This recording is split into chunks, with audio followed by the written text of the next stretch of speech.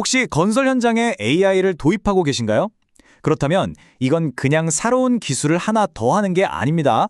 자칫 잘못하면 정말 큰 재앙이 될 수도 있거든요. 그래서 오늘은 이 거대한 건설 프로젝트에서 AI를 안전하게 사용하기 위한 보안 설계도가 과연 무엇인지 그 핵심을 한번 제대로 파헤쳐 보겠습니다. 자, 그럼 바로 본론으로 들어가 볼까요? AI가 다음 대형 건설 참사의 원인이 될 수 있을까? 좀 도발적인 질문처럼 들릴 수도 있지만 우리가 반드시 진지하게 고민해봐야 할 문제입니다. 네, 결론부터 말씀드리자면 충분히 가능합니다. 만약 우리가 보안 설계도를 제대로 만들지 않고 무시한다면요.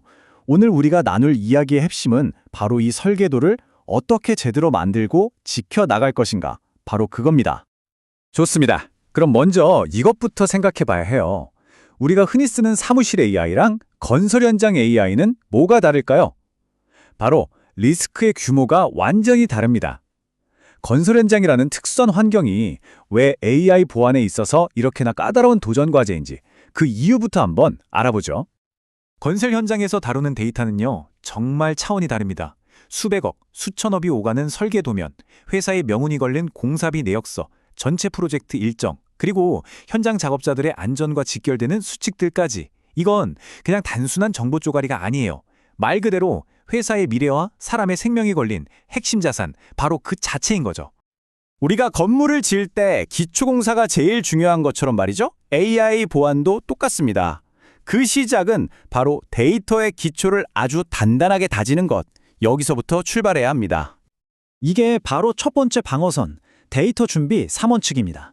첫 번째는요, 모든 파일에 보안 태그를 다는 거예요. 그래서 AI가 함부로 접근하지 못하게 막는 거죠.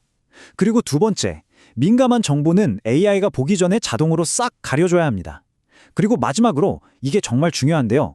과거의 실패나 분쟁 관련 데이터를 철저하게 격리하는 겁니다. 왜냐고요? 만약 AI가 과거의 잘못된 관행이나 비효율적인 해결책을 정답인 것처럼 학습해서 지금 프로젝트에 제안한다면 와, 정말 최악의 상황이 벌어질 수 있거든요. 자, 이제 데이터라는 재료 준비는 끝났습니다. 그럼 이제 뭘 해야 할까요? 바로 이 재료를 누가 만질 수 있는지, 즉 접근 권한을 설계할 차례입니다. 아무나 우리 회사의 핵심 정보에 접근하게 둘 수는 없잖아요. 예를 한번 들어볼게요. 프로젝트 관리자가 있다고 칩시다. 이 사람은 당연히 AI한테 전체 마스터 플랜이나 핵심 원가 데이터를 물어볼 수 있어야겠죠? 그런데 만약에 협력업체 직원이 똑같은 질문을 한다면 어떻게 될까요? AI는 그 직원의 작업 일정이나 이미 공개된 문서만 딱 보여주고 나머지는 철저하게 차단해야 합니다. 이렇게 사용자의 역할에 따라 볼 수 있는 정보를 정확하게 구분하는 것. 이게 바로 정보 유출을 막는 첫 걸음입니다. 여기서 우리가 진짜 조심해야 할 개념이 하나 나옵니다. 바로 섀도우 AI라는 건데요. 이게 뭐냐면 직원들이 편의를 위해서 회사에서 승인하지 않은 무료 온라인 AI 번역기나 PDF 요약 사이트 같은 걸 쓰는 걸 말해요. 여기에다가 우리 회사 기밀 계약서나 설계 도면을 그냥 올린다? 와, 상상만 해도 끔찍하죠. 우리도 모르는 사이에 엄청난 보안 구멍이 뻥 뚫리는 겁니다. 이 섀도우 AI가 정말 무서운 게 뭐냐면요. 직원은 정말 아무런 악의가 없어요. 그냥 이 계약서 좀 요약해줘? 하고 간단하게 질문을 던졌을 뿐인데 이게 어마어마한 정보 유출의 시작점이 될 수 있다는 겁니다. 우리 회사의 모든 기밀이 그 질문 하나로 외부로 그냥 넘어갈 수 있는 거죠. 그래서 질문 자체를 통제하는 기술이 반드시 필요합니다. 자, 이제 AI가 내놓은 답변, 즉 결과물의 신뢰성 문제로 넘어가 볼게요.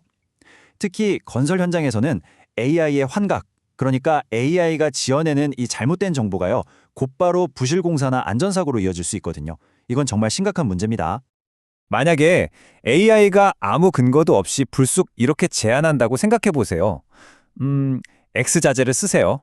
그게 더 싸니까요. 이 말을 덜컥 믿고 그대로 진행했다가는 정말 끔찍한 결과가 나올 수도 있겠죠? 그럼 어떻게 해야 할까요? 올바른 방식은 이겁니다. AI는 모든 제안에 반드시 그 근거를 함께 제시해야 돼요.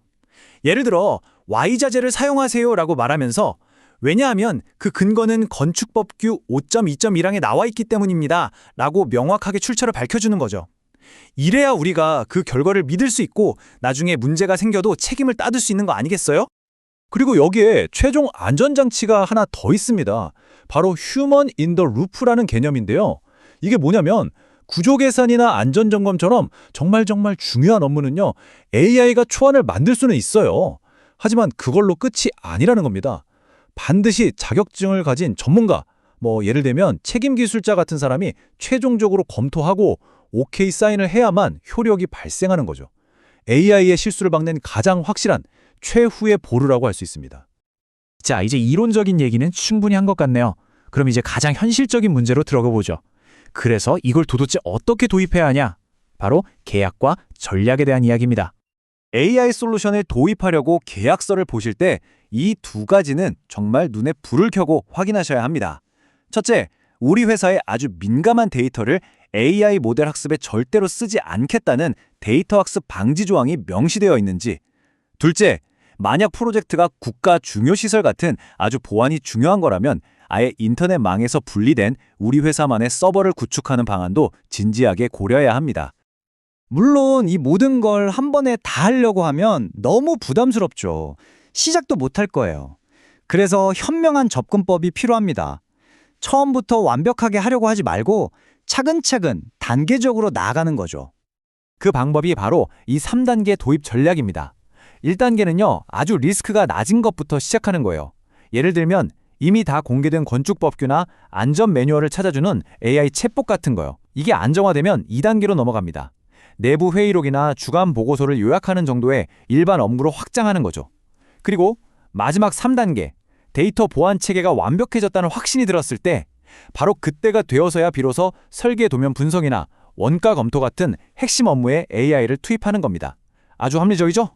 데이터 기반을 다지고 접근 권한을 관리하고 AI의 결과물을 신뢰할 수 있게 만들고 그리고 계약과 도입 전략까지 오늘 우리가 함께 살펴본 이 5가지 핵심 원칙이야말로 여러분의 건설 AI를 위한 가장 단단하고 안전한 기초가 되어줄 겁니다. 여러분, 건물을 지을 때 설계도 없이 짓는 분은 아무도 없죠? 당연한 얘기입니다. 그렇다면 질문을 바꿔보겠습니다. 여러분의 비즈니스에, 여러분의 회사에 도입할 AI를 위한 보안 설계도는 준비되어 있으신가요? 이 질문을 마지막으로 오늘 이야기를 마치겠습니다.